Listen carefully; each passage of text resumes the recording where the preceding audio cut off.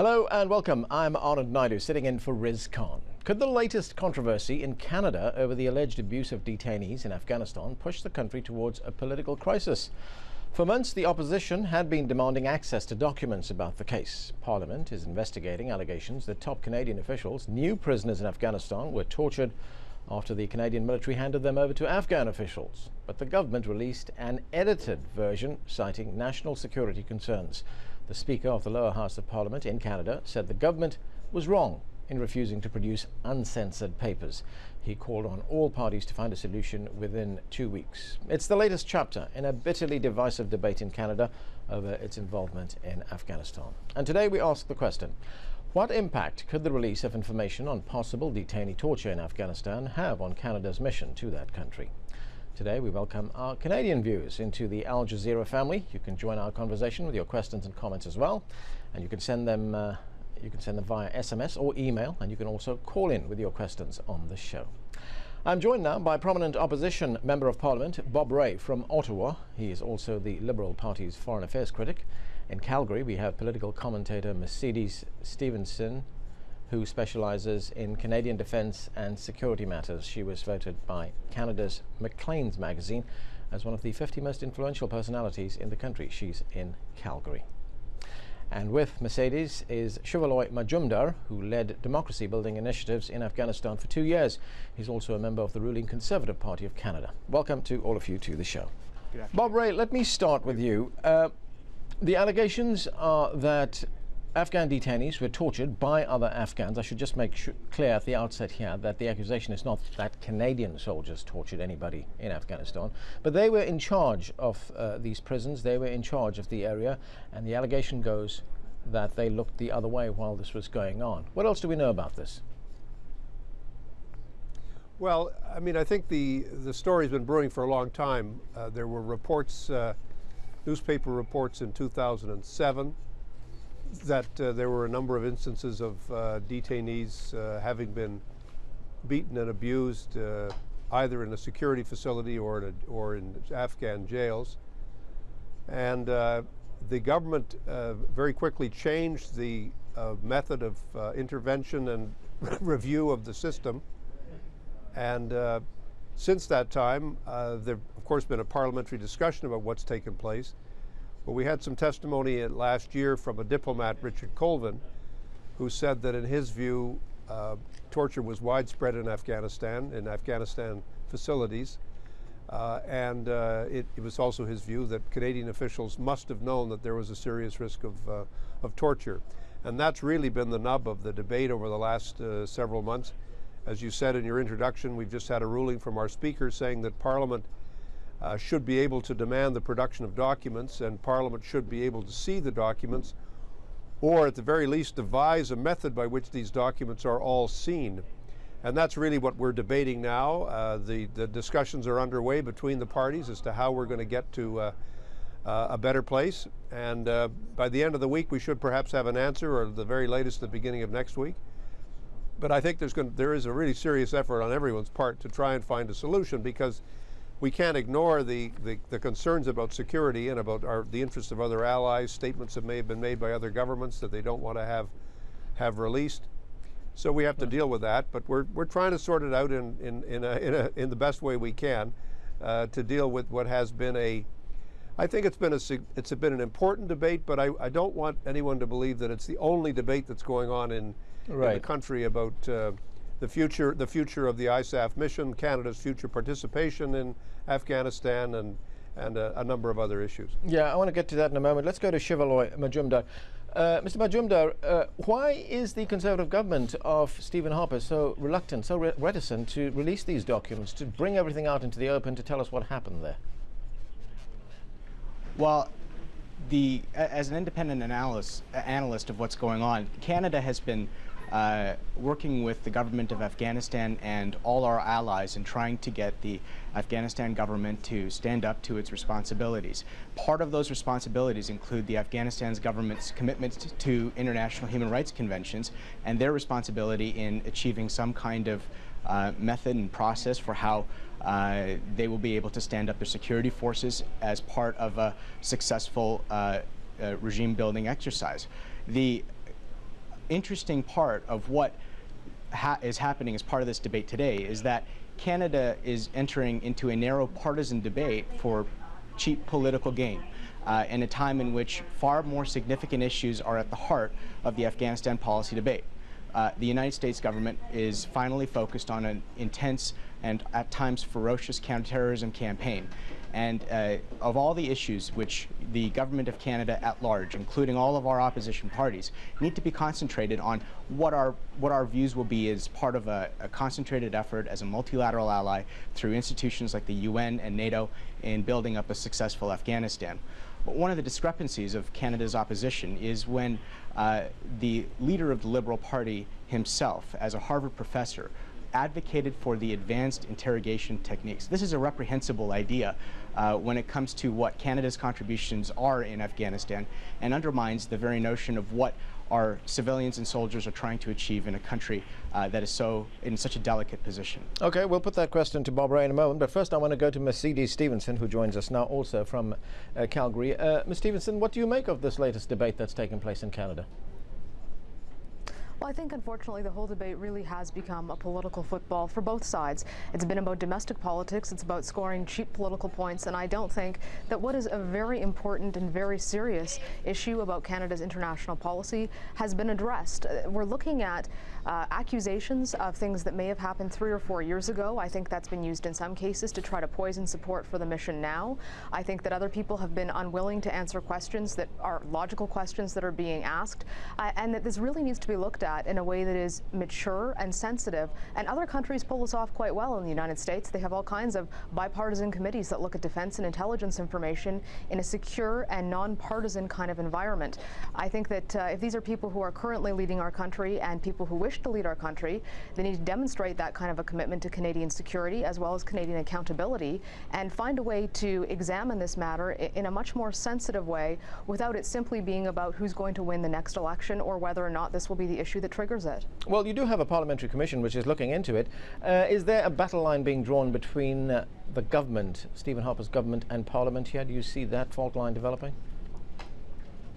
Well, when you say that the battle line between the government and the Parliament, it really is that is a partisan line, because we are in a minority government situation here, and we do have, as you say, a parliamentary commission that's looking into this, a committee rather that's looking into it, but the committee has not had a lot of success, and the committee is a committee that was standing up before, and it's called the succession of witnesses before it, who have given contradictory testimony, which has been given unequal play, quite frankly, in the media based on what the other stories are that day, and hasn't really gotten to the bottom of anything because they have a bunch of unredacted documents. So it hasn't actually been that successful because it doesn't have the kind of access that some of the American committees do to secret and top secret documents. We don't have people who have clearance to see them. We haven't set up anything in terms of that kind of a process in Canada for people who are outside the bureaucracy and outside of the government.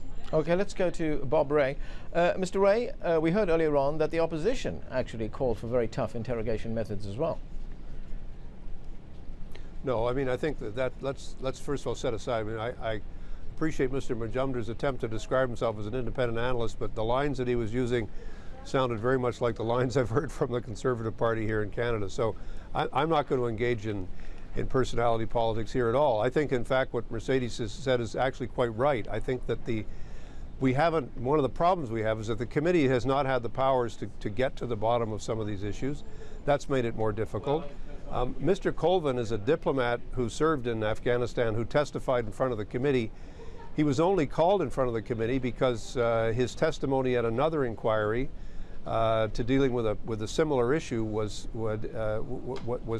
didn't take place. So he was now brought before the committee to give his testimony. So they're it's not these are not being invented by the opposition. And as for whether there are problems today or problems, I think the evidence is that there remain significant issues, but I don't believe that people should be assuming that those of us who are asking questions about this particular issue either A, are obsessed by this issue, or not, because there are a lot of other issues we have to discuss, or secondly, are somehow opposed to the efforts that Canada is making with all of its other allies to improve the situation in Afghanistan. Nothing could be further from the truth. And I think, in fact, you'll find a great deal of support in the Canadian Parliament, broadly across party lines, for the efforts that we're making and that all of us are trying to make, not only in Afghanistan, but improving the governance situation in Pakistan and trying to deal with the underlying causes of the conflict. Canada's support for the United Nations crosses party lines. Our support for NATO crosses party lines. We have a problem right now in Parliament because, as Mercedes has said, we simply don't have the mechanism yet in Canada to look at these documents in a non-partisan environment. And I think that's something which is I hope is going to happen. I can't say I think it's going to happen because I don't know whether it's going to happen, but I've certainly advocated for that for a long time. I used to be a member of the Security Intelligence Review Committee, which reviewed all of the activities of CSIS, our security agency. So I've had lots of access to so-called classified documents, and I don't think Parliament will have any trouble getting access to them. But the fact is, we're looking now at documents which are heavily edited and which are quite frustrating to deal with. Mr. Majumdar, what kind of impact do you think this controversy is having on Canadian public support for Canada's involvement in Afghanistan? Well, one of the issues that Canada needs to contemplate and still has the opportunity to shape is its involvement in Afghanistan post-2011. All political parties in Canada have subscribed to the idea that Canada's military engagement will come to an end in 2011. And our role moving forward is a crucial part of how Canada can shape its policy in a very important theater and uphold its obligations in the international stage. When we examine the issues that are being involved in today's debate, Mr. Ray points to something important, which is Pakistan's covert support for the Taliban and its continued and deepening isolation from the world around it. As a central debate and a central focus, Pakistan's engagement is absolutely crucial to the future of Afghanistan and the success of Canadians who are competing and contesting this initiative as best as they can.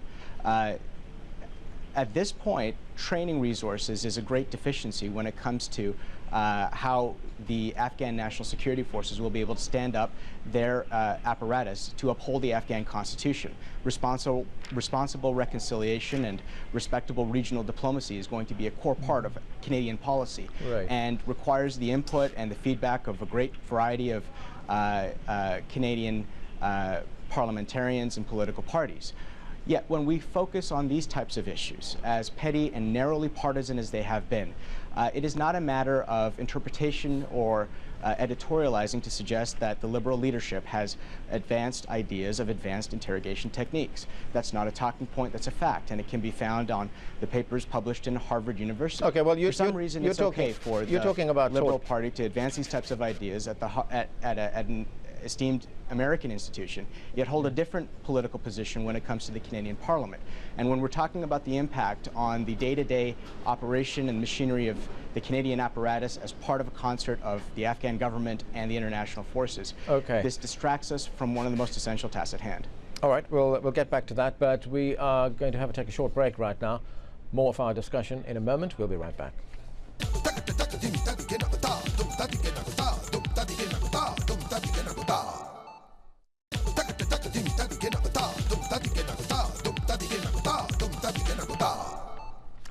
Welcome back. Did Canadian officials turn a blind eye to the torture of Afghan detainees after they were transferred to Afghan custody? The Canadian Parliament is investigating those allegations. The opposition wants to see uncensored documents related to that inquiry, but the government has resisted so far. Discussing that, I have with me prominent opposition MP and former Ontario Premier Bob Rae. He is also the Liberal Party's foreign affairs critic. From Calgary, we have journalist and commentator Mercedes Stephenson. She is the host of the Canadian political television show MSI, Mercedes Stephenson Investigates. With Mercedes is Shivaloy Majumdar, who spent time in Iraq and Afghanistan working on democracy-building programs. Now, let's return to the questions. And Ms. Stephenson, I want to start with you this time. We've got an email that came in here from Italy. It's from Luciana Di Floriano. And he writes, why has the Canadian government waited so long to investigate this issue? Well, part of it was when these accusations and allegations came to light, and they only really came to light in the last year publicly. There's some debate over when they came to light within the bureaucracy.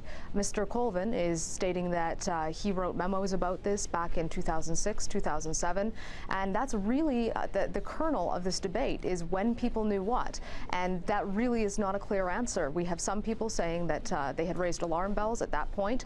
That resulted in the Canadian agreement at the time with Afghanistan being changed, because there were two different agreements that Canada had signed in terms of prisoner exchange. The first one really didn't have the necessary safeguards on it, and that one was actually signed under the previous Liberal government. Then the Conservatives came in and some of these issues started being raised. The agreement was changed to say that we had the right to check on prisoners who were being handed over to Afghan authorities, and that we also had the right to cease transfers to those prisons. And by that way, that has happened several times with Canadian operational commanders in theatre making the decision not to hand Afghan prisoners over to Afghan authorities when there are concerns that there may be mistreatment going on. But this is really where the whole debate is circulating around, is who raised what questions, when they raised them, and who knew about them. And that is what people are trying to get to the bottom of. So it's an excellent question. Well, let's go to Bob Ray. Mr. Ray, the Canadian government has, they've resisted efforts to get to the bottom of this because they've received those documents that were very heavily edited. Does this smell of a cover-up to you? I don't know, and I think that's what we're all trying to get at. I think what we need to do as a country is to say this is not a trivial issue. It's important for us to understand what happened. My commentators may be surprised to hear me say that I also think it's not the only issue. I think there are a lot of other issues that we need to address. How do we successfully build a stable Afghanistan? How do we deal with some of the real tensions within the region that are causing such difficulty? And exactly what are we going to do after 2011? And I've been using some of my time in question period in the House of Commons to try to steer the discussion towards that question. And I think, in fact, both the House of Commons and the Special Committee on Afghanistan are going to be spending a lot more time focusing on that very question. I think it's an essential question. I think we have to discuss it in an intelligent way. It's also important to understand that we're not the only country that's either going through or gone through this discussion. In the UK right now, there's a trial underway, a lawsuit underway, which is trying to deal with this question of what did British troops know. There were, of course, issues around what troops knew in Iraq. What did the forces know? What did the political leadership know in Iraq? And in the United States, similar issues around Afghanistan. So I don't think this is a particularly shocking. I mean, it's very troubling, but I don't think it's shocking that Canada would be spending some time on this. And it is an important parliamentary question. The reason that we're facing it in Parliament today is because we have a minority parliament and we have a majority of members who are not in the government. And so we can pass resolutions and motions and insist that documents be produced. And the Speaker has said, yes, you can. And the government has said, well, yes, you can, but we have security concerns. So now the parties are negotiating to try to figure out, well, how do we create a process that's actually going to help us get to the bottom of it? We've also said, by the way, we've been saying for some considerable time, there needs to be a public inquiry, but the government has rejected that request as well. Okay, let's go to the phones. We have a caller here from the United Arab Emirates. Ash is calling. Ash, go ahead with your question. Yes, hi. I've been watching this and following it for some time. We're talking about something that's happened in the past. As we know, Canada will be out of the country after next year. We're not going to have that much influence anymore. Now, as much as Canadian Parliament is debating this, how come we're not holding the Afghan government feet to the fire? Because after all, this, I believe, is what they did after prisoners were transferred from Canadians to Afghan authorities. Well, why aren't we spending more time in getting the Afghan government to fess up to their responsibility? Again, we're going to be out there next year. Well, we're not going to have any more influence. Let's deal with that. We're not. But first of all, I want to just clarify something. Canada is not going to be out of Afghanistan after 2011. Our troops are not, according to the parliamentary resolution, our troops are not going to be in a combat role in Kandahar.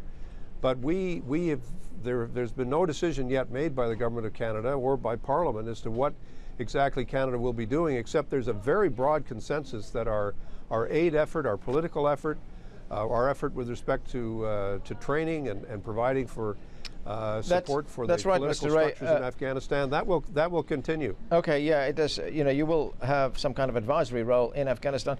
Shivaloy Majumdar, let me go to that question again. And the question that I wanted to know, why doesn't the Afghan government step up to the plate here? Well, this is one of the obligations that the government of Afghanistan has in enshrining its constitution and supporting human rights. And Canada has been a loyal friend to the people of Afghanistan when it comes to supporting these types of activities, whether it's through rights monitoring or human rights assistance. Individual Canadian citizens are participating in an array of organizations that are trying to work with the Afghan people to restore a notion of popular sovereignty. The country is in the early stages of achieving a kind of democracy, and the government itself is more than the administration of Hamid Karzai and his presidentially appointed cabinet, his presidentially appointed provincial governors, and his presidentially appointed district governors. It also includes provincial councils elected last fall, as well as a robust Afghan parliament that is maturing in how it's conducting itself in the public discourse in the country and holding the government of Afghanistan to account. You know, in Canada, we've had a democracy that is built upon a tradition of a long period of time. And one of the traditions of the Canadian democratic environment is a sense of unity when it comes to foreign affairs. And when we're looking at these types of issues, all right, sir, I'm going to have to interrupt you there. I'm sorry, I'm going to have to interrupt you. My apologies. We've run out of time. Thanks to all of you for being with us. Remember, you can follow our program on Twitter. We'll keep you notified on upcoming shows, and you can send us your questions and comments to pose to our guests. On the next show, X-factoring the UK elections. Has the addition of televised debates turned these historic UK elections into a popularity contest, similar to television talent shows? Join us as we continue our coverage of the British elections. Riz will be back, so make sure to tune in for that show. We'll see you the next time.